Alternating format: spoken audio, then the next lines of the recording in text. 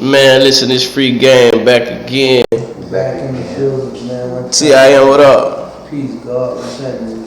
Man, what's going on? What's good? Rose, he posing and all that for y'all. Smiling for the camera. Smiling, he posing and all that. Smiling, man. We gonna talk about the events that happened on January 7th last month concerning the young black man, Tyre Nichols, with the police. We gonna dive into all that. But before we get into all that, I got a few questions for my criminal justice major brother over here, Mr. TIM. Okay, what I want to address him with or ask is, what advice, Tim, would you say you'll have for a young black man that gets stopped by the police? What advice would you give him? What's going on in today's society? Holla black at me. Yeah, first thing I tell a young black man, is to know, trying to like know some of your rights, man. Like know what you can and can't do, know what you're supposed to say and what not to say. Know that you got the right to remain silent. You don't have to talk, you feel me, just present those documents and have that stuff readily available. Like you don't need to be fumbling around looking for it. You know exactly where that's at. So, things like, wait till they tell you to present that information before you start fumbling around looking for it. Keep your hands visible, you know what I'm saying?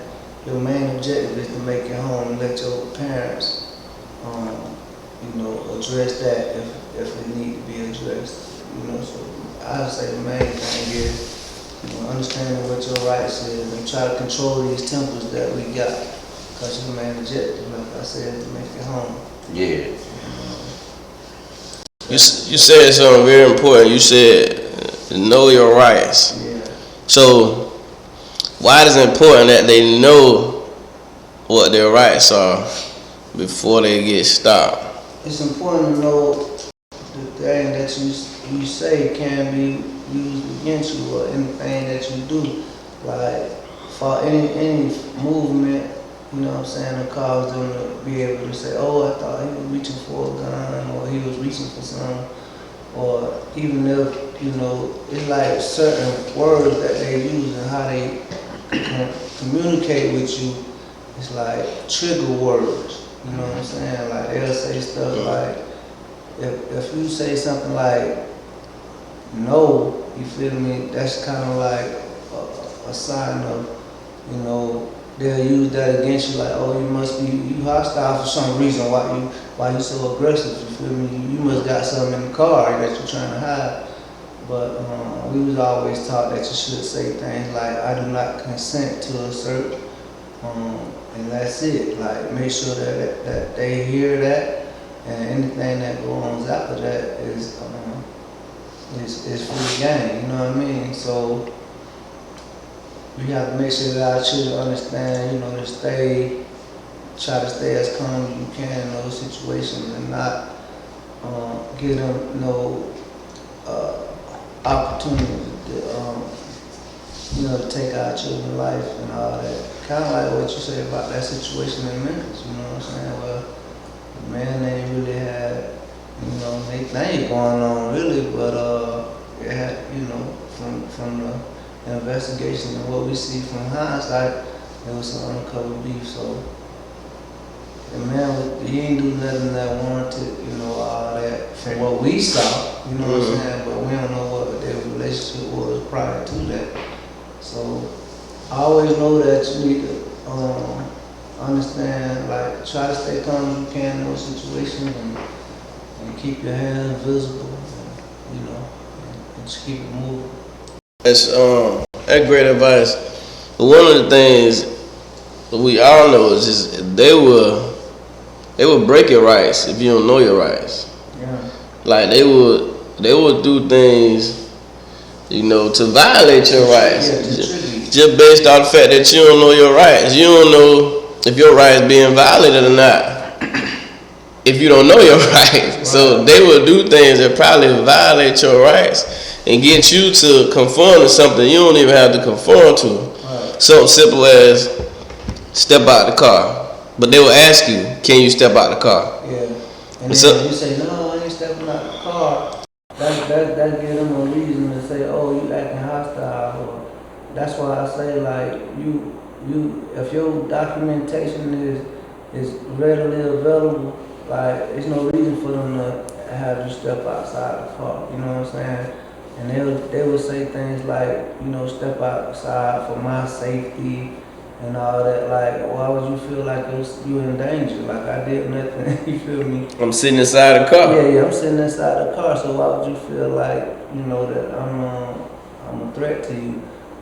And they'll do things like trigger words, like that, like step out the car, or have you been drinking? What's in that cup?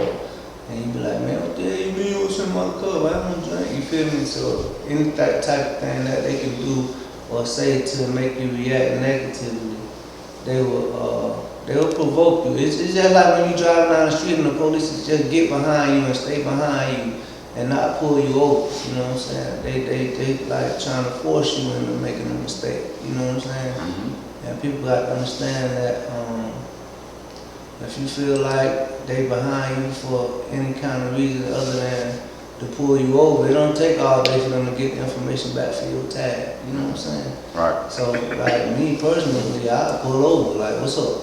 I give you a reason to stop. I'm gonna go over and pull over. What's happening? You feel me? You follow me for a protracted amount of time. I want to know, what you're trying to force me into making a mistake. You know what I'm saying? I'm gonna keep peeping out my mirror. Eventually, I'm gonna cross lanes or something. You know what I'm saying? So it's a natural reaction for you to. They would say, "Well, why you worrying about me being behind you?" Like, I ain't really worrying about it. It's just the fact that I feel like you following me. Yeah. So you trying to provoke me to do something crazy. So man, so Tim gave some phenomenal games just then. Right. But he was talking about how important it is to stay calm, know your rights, don't fumble around, have your information ready. So that's just preparation, just in case. You always want to be prepared. When it comes to the racial profiling, and Tim say they use trigger words because they want you to react. Do you think us as black men, do you think we react because we feel like we're being racially profiled, or we just emotional anyway, or kind of both? What's your stance on us being racially profiled while we're driving? I think average black man in America, you already know you're racially profiled. But also I feel like knowing you're racially profiled, it's a bad thing because it ain't fair. But it also could be used to your advantage, like you said. Like, for me personally, I already know. I mean, I'm not gonna say every cop like that, but I'm just saying as a whole, we're racially profiled. So with me knowing that, before I leave wherever I'm going, I'm already legit. That's the number one thing. It don't always prevent nothing, but it eliminates room for error. Mm-hmm. So like you said, like, I know my license is legit. I know my insurance is up to date. I know I ain't got no drugs in. I know I ain't got nothing that they can use against me if I don't give them a reason to, like, off top. So like you said, they pulled me over. Like, if I get pulled over, I don't even panic. Because two things I'm gonna do. I'm gonna pull over somewhere where there's gonna be a lot of people at. I'm not pulling over nowhere where it's just me and you at. That's rule number one. I don't care where I'm at. It gotta be where some public at, where somebody can take, like, you know what I'm saying? Like, it gotta be in a public area where a lot of people can see if I get pulled over. So I think any black man, you should pull over like that. Two, so before they even get out the car, I've already got my phone on record. They may not see it, but I'm gonna have it recorded. As soon as they pull me over, it's already on record. It turned towards me. And I already got my license where they can see it, and my license, registration, everything they need.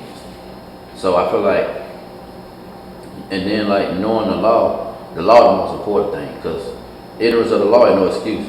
It ain't their fault if you don't know the law. If somebody violates you and you don't leave me violated, you can't blame nobody but yourself.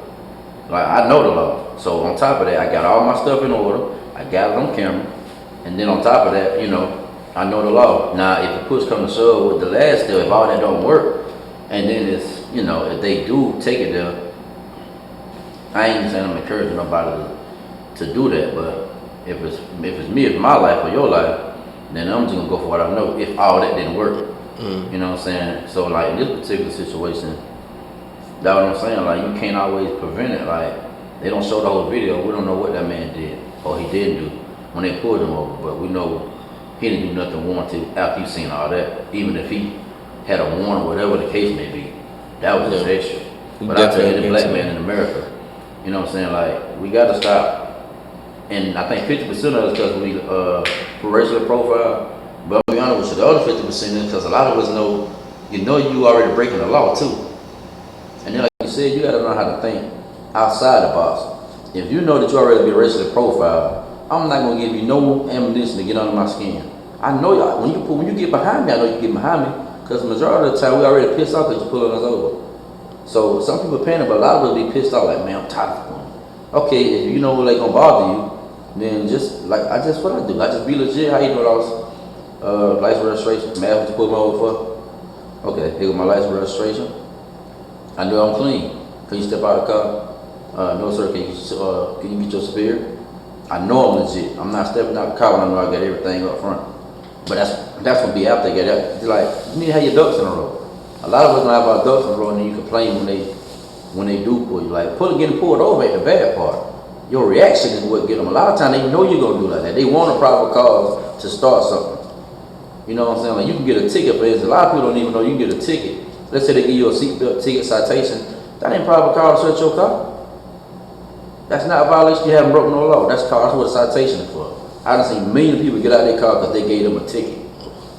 That's not probable cause. If you ain't got a seatbelt on, speeding, whatever that is, hey, yeah, you can get my citation and go about your business. That's not a right to search my car. I ain't broke no law, but I done seen millions of people get out of the car because they was speeding. No, you give me a speeding ticket for that. Okay, I'm gonna come back to you, Tim, real quick for this question.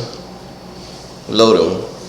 Do we make it harder for ourselves and easier for them when we're not legit? Like when they get several cases in any given area at any given time where they smoking in the car, license not legit, insurance outdated, illegal weapon. Like they getting their numbers up based on us not being legit. When I say us, I'm talking about black men as a whole. Do we make it easier for them to racially profile us and make it harder on ourselves when we driving? Like, how you feel about that? Well, we don't make it easier to be racially profiled. They gonna racially profile regardless. You know what I'm saying? But we make it easier when we don't have our situation together. You know what I'm saying? So, for not having a license, that gives you probable cause. Yep. And of course, if they walk up to your car, and even if, like for instance, if they walk up to my car, ain't nobody been in my car smoking, ain't nobody in my car drinking, but they'll walk up to your car and be like, I smell marijuana smoke. And then you gonna rebut that some kind of way. You might say, you must have been smoking. You feel me? Because it ain't coming out of this car. You know what I'm saying? And so that'll give them a feel like you being sarcastic, or you being aggressive somehow, that you trying to hide something. You feel me? So now they always, those are the trigger words. Smell like I smell marijuana coming out your car. Can we search? You know what I'm saying? Like, and if ain't nobody been in my car smoking, ain't nobody smoking no cigarettes in my car, so you definitely don't smell no marijuana. Facts. So yeah, if you smoking in the car, that's an easy way for them to get in, the search. Sitting up. Yeah, and if you drinking, definitely gonna get you get you knocked off, and probable cause. If you got an open container in the car, they can search you. Just like he said though, like with tickets and all that, it ain't probable cause. You have to give them the right. You give that right when you say yes or no to the consent that they search. Overall, they ain't got no real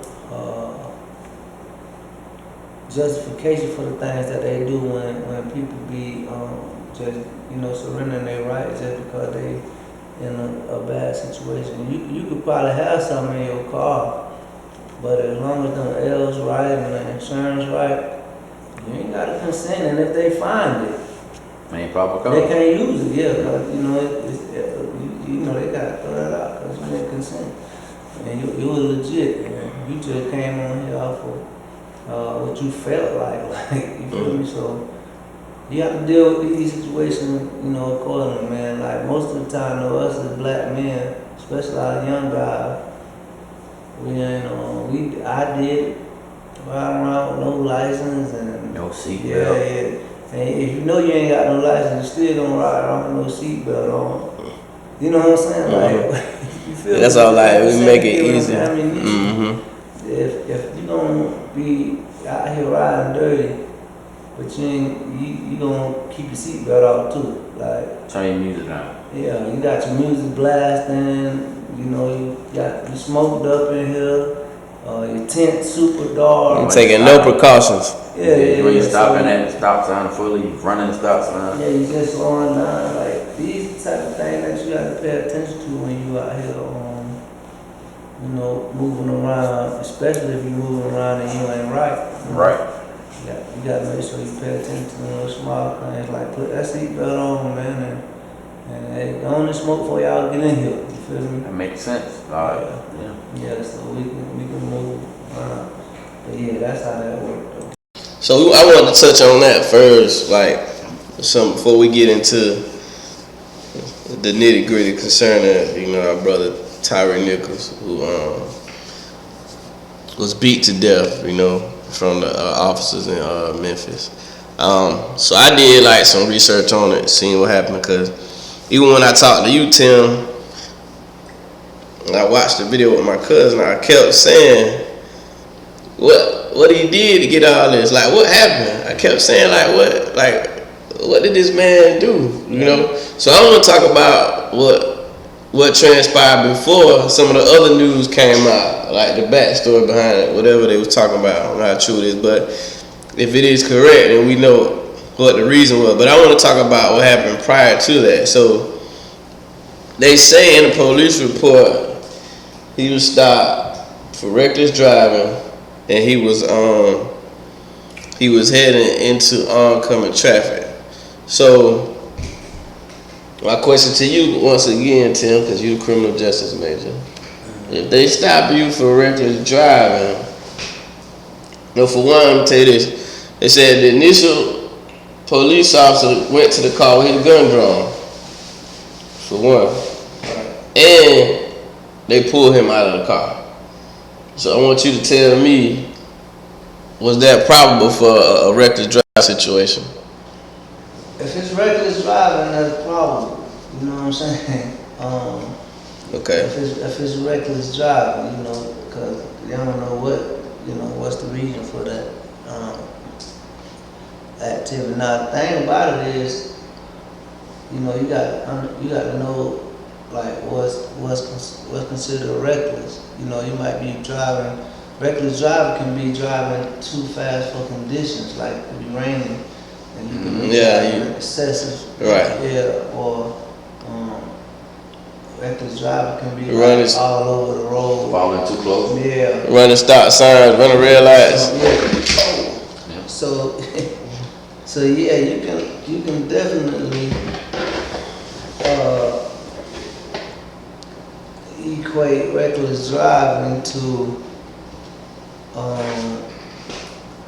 that type of stuff. But. So I had to cut you off. So, and you just taught me something. So apparently they used that in a police report to justify their actions. going to the car with the gun drawn already and take him out of the car. Right. Oh, okay. So now it's like he won't even drive. He probably won't even drive reckless. Right. Okay, so that's a good excuse though to be able to And even then, they still broke the law. I mean, because this probably calls for them to search your car and pull you over, not just automatically snatch you out of the car.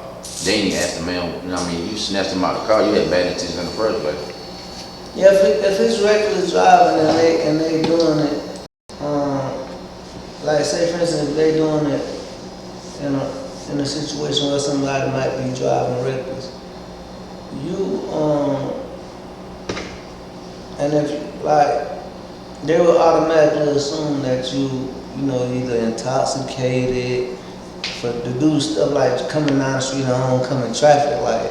All right. That's what the excuse was that they used to say that he was driving reckless. So if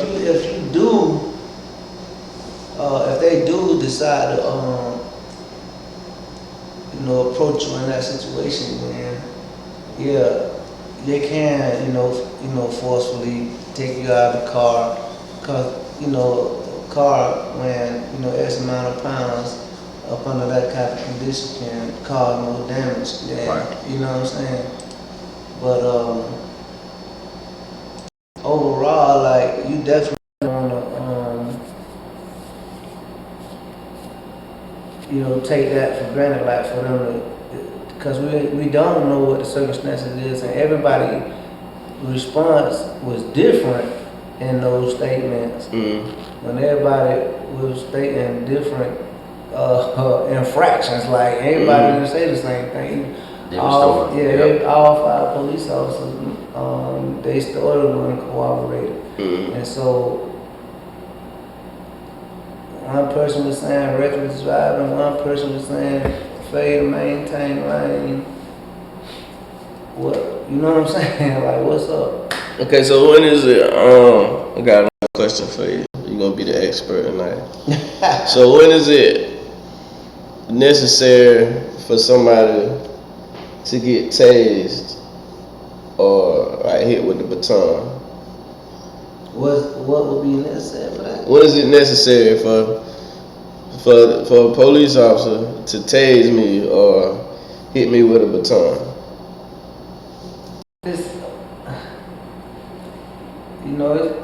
The thing about that is you have to be like acting disorderly, and not willing to calm down if they, of course, if they ask you to calm down and you continue to act erratic or something. And I think it's levels to it. Like, it started off with tasers, and then like batons, then guns. You know what I'm saying? It's supposed to be something like that, some little order that they use. But I think the taser is supposed to be the initial, groundbreaker. After they done did all they can do verbally, I think the taser is supposed to be the first thing that they use, and then, if you approaching, like, either are you running or approaching them, they have the right to, enact that baton, and it goes to the guns. Oh yeah, so that's what he's saying. So when he tried to get away, so he don't know. For what I see, he didn't know what was going on. Like, he asking them, like, he basically begging them, like, y'all being a little aggressive. Like, I'm just trying to get home. That's what he kept saying. Right. I'm just trying to get home. Just trying to get home. So they pulled him out of the car. What was crazy was they telling him to show him his hands. Like, they had him on the ground holding his hand. Then they said to get on the ground. I'm like, hell, he on the ground. I'm like, he on the ground. So they had him on the ground. They like, put your hands on your back. That's when they started, you know what I'm saying, threatening him. But he's still asking. Y'all being a little extra there. What's going on? Like, he's still trying to, I'm just trying to get home. I'm just trying to get home. So do they have to tell you what they detaining you for? We had to tell you, like, why they stopping you, why they detaining you, the aggressive force. Does that have to be verbalized to the person? They would have to tell you that, like for instance, they try to make it seem like, from what we saw, they try to make it seem like he wasn't being cooperative. And unless you're being cooperative, is the only time that they can tell you. But if if they quote unquote say you're being, uncooperative, then they can wait till, they see fit to tell you. Like they don't have to, tell you and you bucking and you fighting back and all that. It's not. They job now is to subdue you. You know what I'm saying? And then let the jail tell you what to. You know what I'm saying? Cause right now you was uncooperating. You wasn't cooperating, so we ain't have to, cooperate with you. You know what I'm saying? So we had to. That's when they say that we had to use force when you ain't cooperate. Basically, it sounded like what you telling me. The Jews you give me, they manipulated the law. They manipulated his rights. They manipulated everything to make it seem as if he was the bad guy. He was the one. So we had probable cause to follow what we needed to follow. So we did our just dues because he was obstructing. He was obstructing us. He tried to run. He wasn't following what we told him to follow. So therefore, we used the baton. We tased him. So once they did all that, and they got this man handcuffs. It became excessive then. Why they just put him in the car and take him to jail? That's my next question. Yeah, it became excessive then. If he handcuffed, like he ain't no threat no more. You know what I'm saying? And he kept willing him, man. Why he ain't handcuffed? Yeah, so I ain't watched the video. I ain't had no interest in watching no more videos of people, black people in general, getting, murdered on TV and on camera. I ain't got no interest in that, so I ain't watched the video. But when it became excessive, when once you handcuffed and on the ground, like who you threat to now, like. And it's 5 of y'all. Yeah, so the next step is to 6. Yeah. You got tased by the white guy first. Yeah, so. And then the 5 brothers, the black, beat him. Man, don't call them brothers. They ain't brothers. Let me retract that. 5. Pull that back. Yeah, 5 ducks. So yeah, it was once they had him handcuffed and all that, you considered detained, and you can't, you supposed to, you feel me? They supposed to been trying to pick him up and put him in that car after that. At this point, take him to jail. Yeah. Charge him whatever you're gonna charge him with. You got the gate between you and so he can't reach you. He ain't no threat no more. Like all he can do is kick and scream now. Yep. So they just that became excessive when they started doing the things that they do. That's what made everybody be like, it had to be something underlying for them to do that. Cause ain't no way you just, that was just what y'all did tonight. Like that wasn't protocol. You know what I'm saying? No way. So I'm gonna ask you, man. Is it a sense of, cause you said all the right things. Tim said all the right things, but you said all the right things. What you do when you get stopped? What precautions you take to make sure you doing right when you get stopped, so you won't trigger anything for them to use their advantage or manipulate the law or manipulate your rights. So is it a damn if we do, damn if we don't? Because in some cases, you had people that, I know we was talking earlier, you talking about Sandra Bland, she do her rights or whatever. Is it a situation where it's damn if we do, damn if we don't? They try to find a way to violate either way it go? Yeah. In this country we live in, yeah. I mean, because it's a catch-22. You do right, they're gonna still try to find something wrong to do. So it kind of made the good people be like, well, I did right, they'll still do to me. And then the people that's already breaking the law, like, well, I'm a buck, I'm going to jail anyway. So it's more like you can't win for it's like you can't win for losing. The only thing you can do, honestly, in this country, man, is keep God first. Try to follow the rules to the T much as you can. And then after that, I mean, because we done seen it unfold too many ways. You know what I mean? People getting stuff happening to people like that on a regular basis, even people that ain't even breaking the law. So if that happens to somebody who ain't breaking the law, it gotta make you think like, that's not a coincidence.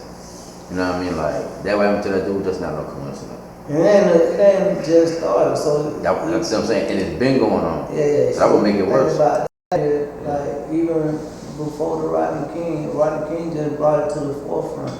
It's been going on way before that. You know what I'm saying? And the fact that like every time you think you doing the right thing, they'll find a way to manipulate that law. You feel me? They find loopholes and all that. Yeah. So what you have to do is, like now with all this technology and all that, and so you might lose your life behind it, but at least you know what I'm saying. Somebody saw it, like you said when you recording it, or like me, I might call my wife or my brother or somebody, had them on the phone if I get pulled over, cause it's a different set of protocols if you pull me over than when you pull somebody else over. You know what I'm saying? So I always be nervous when they pull me over. Yeah. You know what I'm saying? Cause, you know, but I still act accordingly, and I set myself up that way just because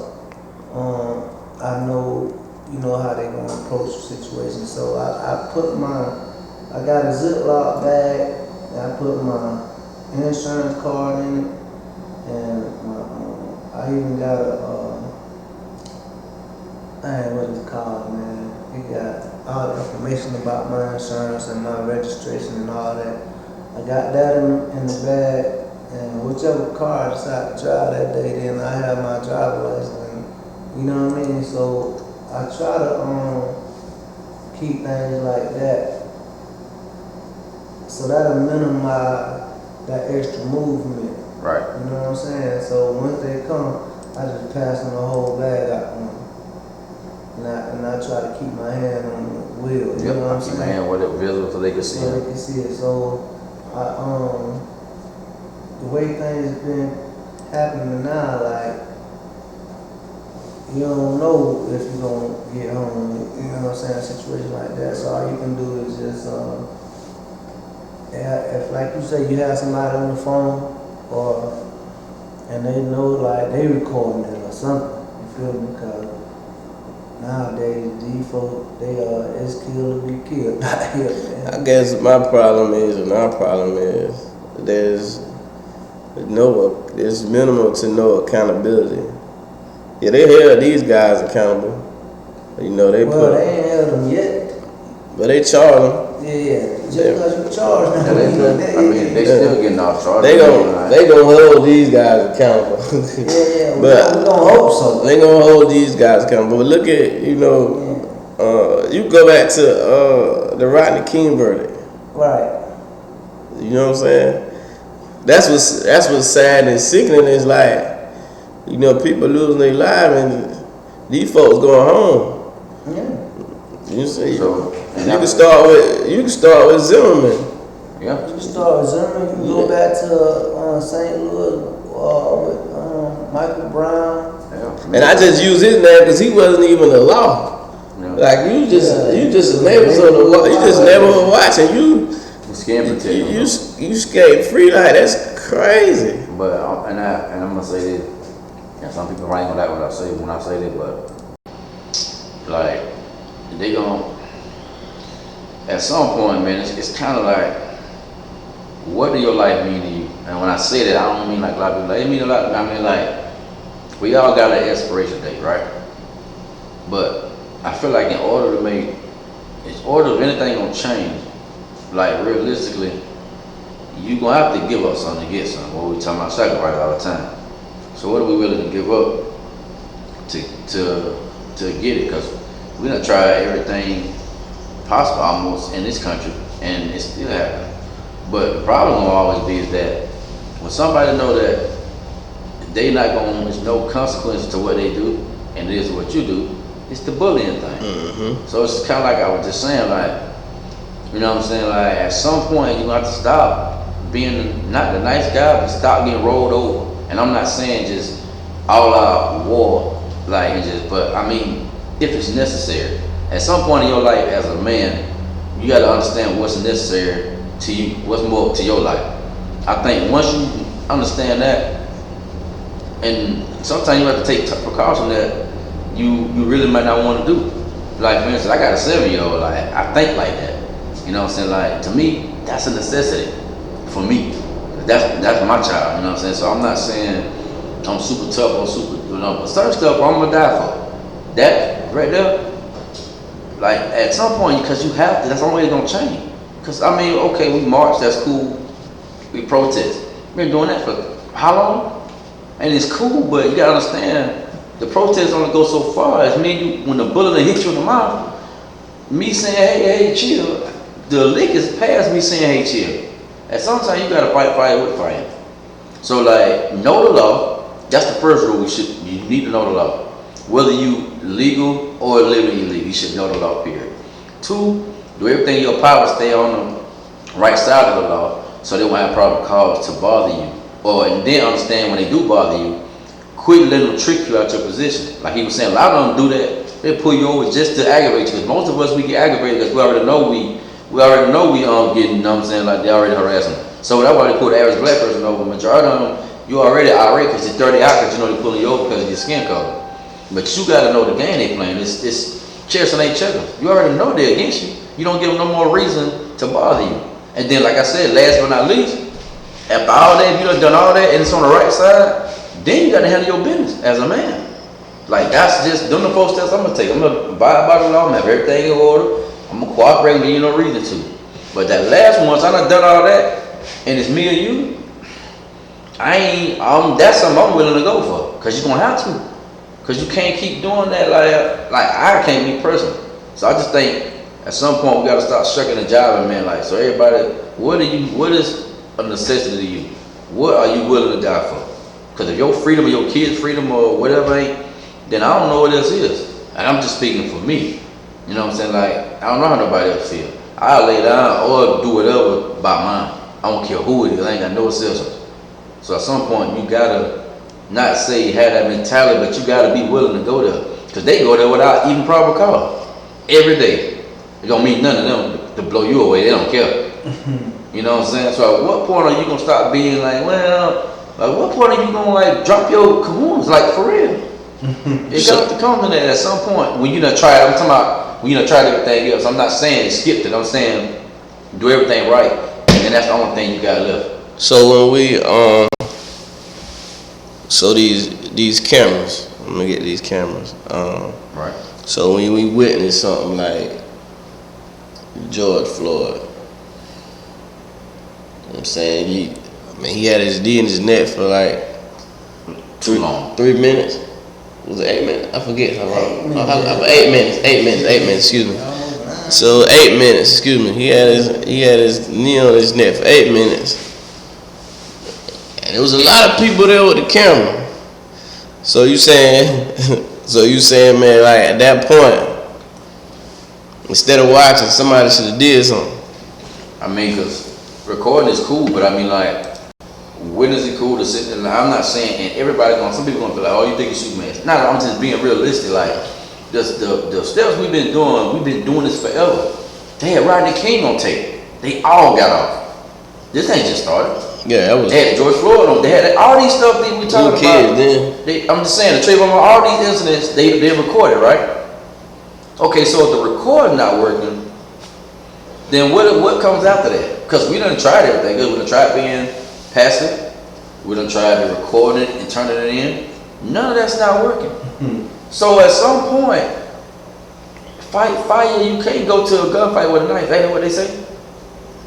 So I'm just saying, like, at some point, all I'm saying is, let me say this. At some point, and I'm speaking for us in general, somebody will have to sacrifice something to change something for the future. It's just no way around it. If we ain't willing to sacrifice our kids, they gonna go through the same thing, if not worse. Somebody got to give up something for somebody to move forward. That's how it works. Yeah, I can see that being the case, but I think the most part is we got to do we got to take the necessary steps to start putting the right type of minds behind these seats and these walls, man. That's going on. Like you really ain't got nothing to fight with over there. You know what I'm saying? You looking back for some help from the same people that put you in the situation. You know what I'm saying? You begging for somebody to help you who created the environment. You know what I'm saying? So until we accept our own and be ourselves, like we'll never get it right. Cause as soon as you get people that's whether they look like you or they coming at you, that good conversation. As soon as you know that they get that offer that they can't refuse, and them folks ain't studying you no more. Like they trying to, it's the benefit of the family. So sometimes we have to, at some point in time, you know what I mean, we're gonna have to start stepping up to the plate, kind of policing ourselves in our community, our neighborhood, and doing the necessary stuff that it take, like conflict resolution and all this stuff within our own. Cause when they come, it's zero tolerance, no understanding. I sent y'all something. I screenshot y'all something with Al Sharpton was like, we're trying to get he said we're trying to get blacks and the police officer uniform, and this will happen. So to you, Tim, for this situation, you two man, does it look worse? There was 5 black officers that killed. It make it 10 times. Go ahead. They killed a young black man. Even without the circumstances, just the fact that it's 5 black officers that violate the law, knowing what we go through on a day-to-day basis, what's going on in the world, the profiling, what's going on in society, for them to do that, add to it, like how do that make you feel? Yeah, it make you 100 times more uncomfortable now, cause even when you see here, like around here, you see people that you think that might be, of course they got to do their job, you know what I'm saying, but it make you not be able to trust, that law enforcement, you know what I'm saying, because I know that, like me being studying criminal justice, I understand that language like the blue curtain. You know what I mean? The blue curtain is when, what go on in the house, stay in the house. Like we don't tell on each other. You feel me? Like that's public record, so it ain't like I'm telling no secrets. It's called a blue curtain. So it's when the police, whatever they do wrong, they protect themselves. Yeah, I ain't gonna tell on you. We'll handle this in the house. You feel me? So I understand that, and so that's every police. You can't be no police if you ain't up under that oath. Blue curtain, right? Yeah, like you can't be a police and not under that. And so when you got situations where you feel like it's just like on training day, when old boy wanted to do the right thing, and then they'll say, everybody against him. Nigga, you crazy? You feel me? I run in. Yeah, he's saying, how you doing all this and how you doing that?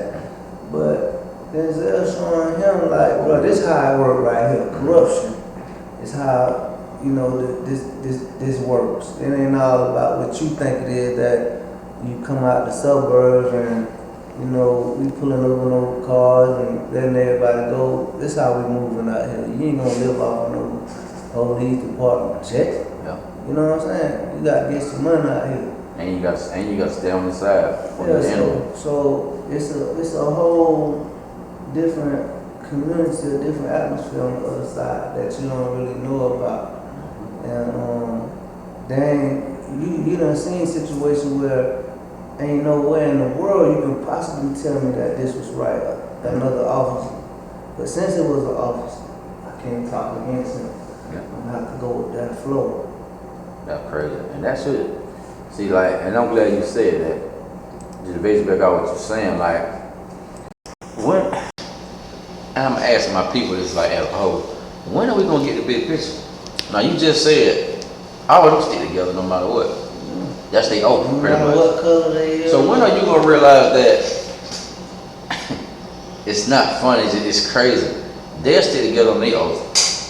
But meanwhile, me and you will go through that every day, knowing that we already got somebody that's against us that's way, like, that bring a whole lot of pressure anyway. Like, when are you gonna understand the fact that you need, like you said, make your own, make everything your own again? When you, like, start policing your own neighborhood, start your own brotherhood, your own unity, your own, like, what the Black Panther used to do. That's what made, like, people like in the Black Wall Street, all that, what made it so powerful. Cause they understand, like, but like, Yeah. we're not gonna ever get nowhere individually, and that's what we at now. That's why they destroyed all the organizations. Exactly. Nowhere on earth, they're gonna allow you to perform the things that Black Wall Street did. Do you, like, the thing that people don't know is that black people had 66. It wasn't just Black Wall Street. You had Wilmington, North Carolina. You had a lot of, you had Rosewood that were thriving. 60. Yep. You feel me? But they took all that away. Cause no way that we're gonna have you considering the fact that you can do for yourself. Yeah. You feel me? And even if you do, you got people, and when you got people like, you got situations like the Black Panthers, and now you got the Black Panther Cubs, and you got all these different organizations. How far you think, you know what I'm saying, they gonna let you go? I agree. You ain't got the power. One thing about it is, as soon as that pressure get on, a lot of these cats that you think But what I was just gonna get they to. gonna fade to black. They gone. So when you got a bunch of cats that around you that you have to be honest with yourself and say, man, these cats can be bought. Yeah. And that's the whole problem. You got cats that's saying, you got cats like, just like you said, people will use that against you saying, oh, I got a 7-year-old son that I'm worrying about. They'll use that against you like, oh, he wanna go home, so we know he ain't gonna go too far. Yeah. You feel me?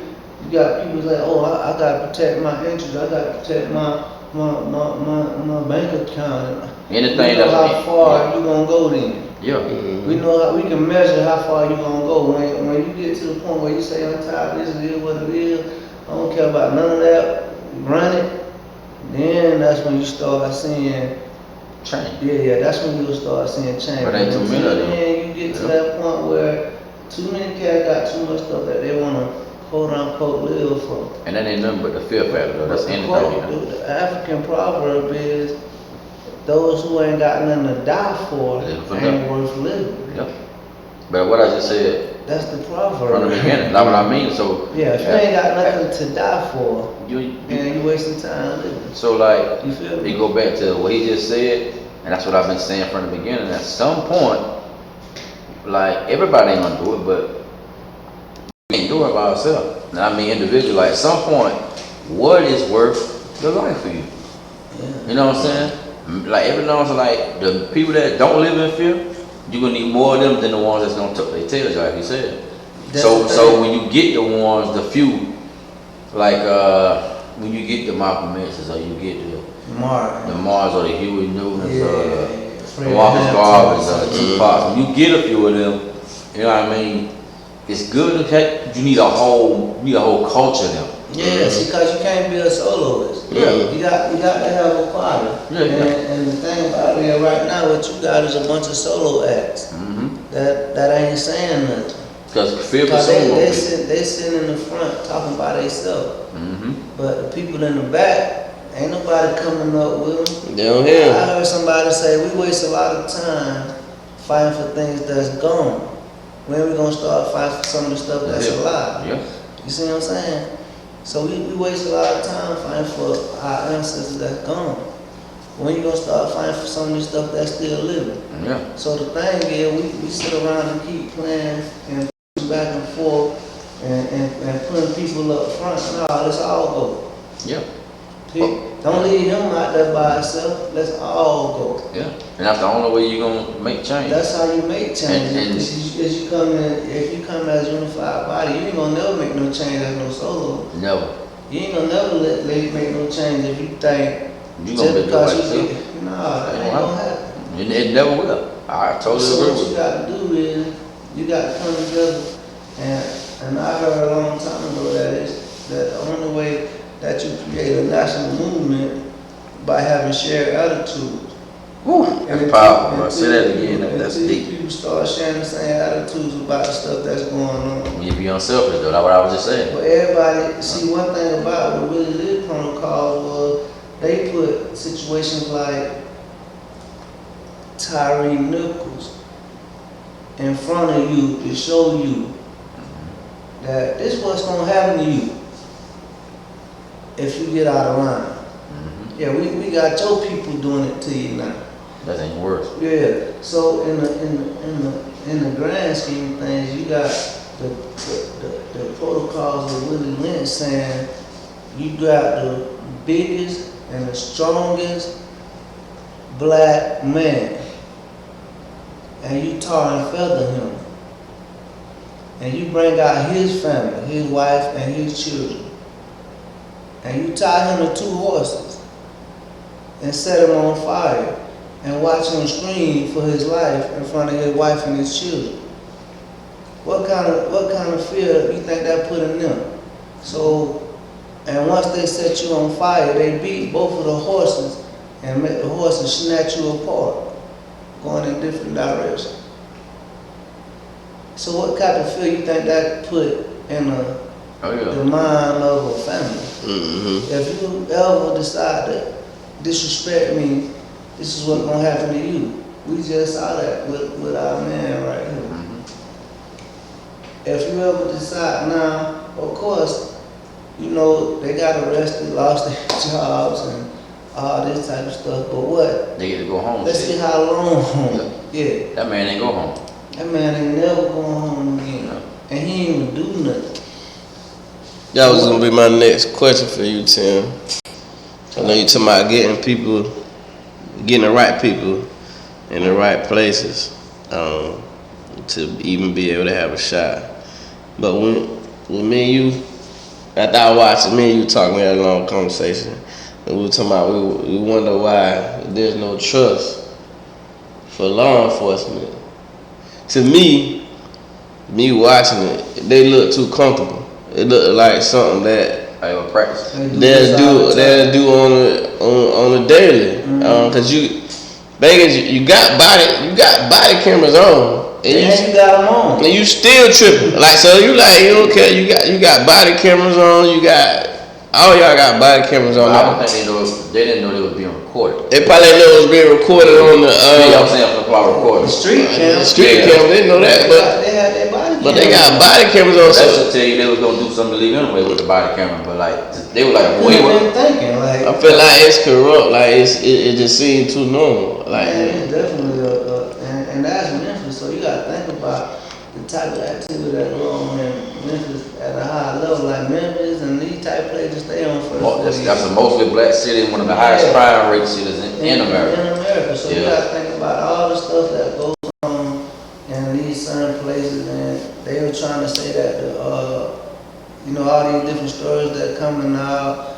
The one, what is his last name, Haley, or the police officer, that the boy was, him and his wife worked together at FedEx. His dating his ex-girl or whatever it is. Dating the man ex-girl. Or it definitely got something personal to it. Yeah, so it's all types of different stories that they got that's coming out after the fact that like, I mean, this stuff happens every day, man. Like, these just the stuff that's been polarized. Yeah, yes. Mm-hmm.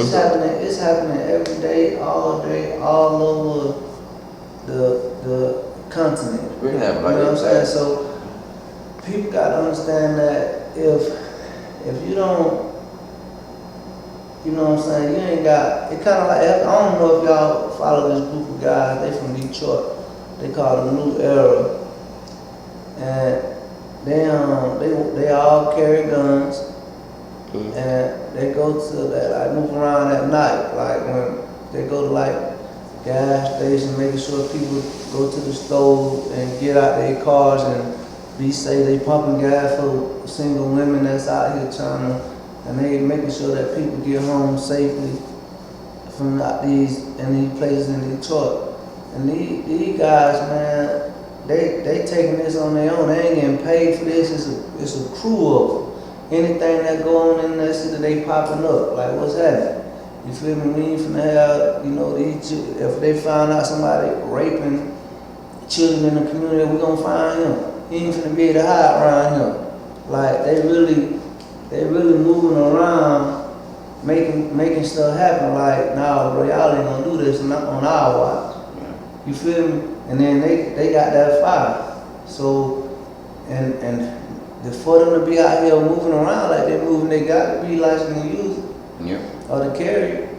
You know what I'm saying? And they sit on in these neighborhoods that other people are scared to go in. And they make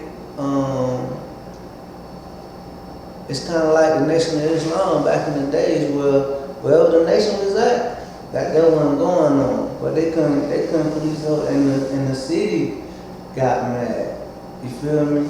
And they didn't want that to go on like that. But when they was around, you didn't have all that. And just when the police ain't had no job to do, they say, hey man, we ain't gonna allow y'all to clean up on neighborhoods. Yep. Yeah. Yep. So at that time, and even now, they still do it, but it's minimal. You know what I'm saying? Because the city don't allow that. You don't got involved. Yeah, hey man, we pay these police to do this job, and if they have to kill a few of y'all to get it done, then that's what we're gonna do. So, but yeah, let me see if I can find it. Go ahead, Tyler. So in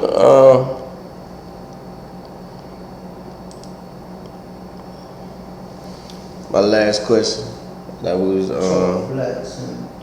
we was talking about. I know Mayor was saying something has to be done. There's no kind of accountability. So something happened. What do the masses do? Like when it's polarized like that. Like you said, we don't protest it. As far as us, You don't peaceful. Cause his mama said it. She said, I don't want y'all to tell me that. I want y'all to do a peaceful protest. Let the authorities do what they got to do. Cause I agree. Like I'm tired too. Like it's like keep getting slapped, turning that cheek. Like Malcolm X said, I ain't gonna let you slap me. And keep turning the cheek. And like we talking about, we get stopped. We conform, but like we say, it's damn if we do, damn if we don't. We know our rights, so we exercise our rights to live. But at the same time, you put in a situation where there's a lose-lose. You see what I'm saying? so I feel like the only way you neutralize that is that somebody has to draw the line in the sand. And I'm just saying, at some point, you got to make your own government on every level. I ain't talking about just go out, just have a war. But I'm saying like the same way anything else start from the ground up. At some point, you're going to have to build your own government. When I say we, I'm talking about us, going to have to build your own government. There's no way around it. From the laws to policing our own self, taking care of ourselves, to everything that you need to survive and protect. Because like he said, at the end of the day, you only going to go so far with the other side. Because no matter let me make this clear. Because it is some good cops out there. Mm-hmm. But the whole picture is, even the cops that you got good, you gotta look who they work for. Like he was just saying, like, they only gonna go so far because they getting fed by the person that's oppressing you. So they're not gonna break the oppressor, because that's what feed them. Can't do too much. So that's like me being cool with you. I'm cool with you, bro, but like he said, well, hold up, man, this is how I feed my family. So I'm saying, so at some point, you gotta take it personal, not personal that they feel that way, but you gotta understand what you're up against. Okay, because it's like somebody that's straddling both sides of the fence. Are you gonna be cool with them, or you gonna say, you know what, you can't do back and forth. You can't do both. So I want y'all to listen to these cats. These cats, I'm telling y'all. My message is simple. Leave innocent people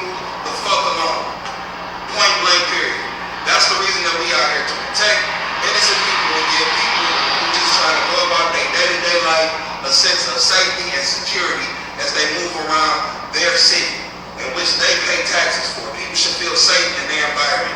Second, when you see brothers out here with this elite logo, this is our logo. If you do not see brothers out here with this logo on, they are not a part of our organization and don't have nothing to do with what we got going on. Third, a lot of people, oh, are y'all trying to be the police? No, the fuck, we are not trying to be the police. Last I checked, police have paycheck. Brothers, are any of y'all getting paid? No, sir. Last I checked, police got uniforms and equipment. Brothers, have y'all been bought equipment from the city of Detroit? No, sir. Last I checked, brothers got benefits from the city and state. Brothers, have y'all get benefits from the city and state? No, sir. These good brothers is out here on a volunteer base because they want to make sure that people get home safe. You feel me?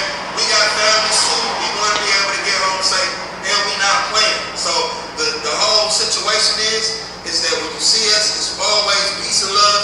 We not out here trying to act like we big or bad, but do not fuck around with innocent people in our community, and that's the message that we out here sending. So much love to anybody out there, in particular sisters that work lean and or people that work in high spots. You know, just reach out to us. We'll try to make sure that we get around to that area. But we out here for the community, we out here for the people, and we out here because we want to be out here, not because we get paid or we have an agenda. All these good brothers have families. All these good brothers want to make it home to their families as well. So much love, all power to the motherfucker.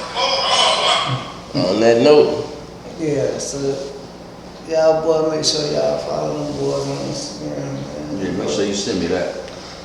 man, listen, this was a good one. That's free game, man. Free game. Free Peace. game, holla back at us, man. Page.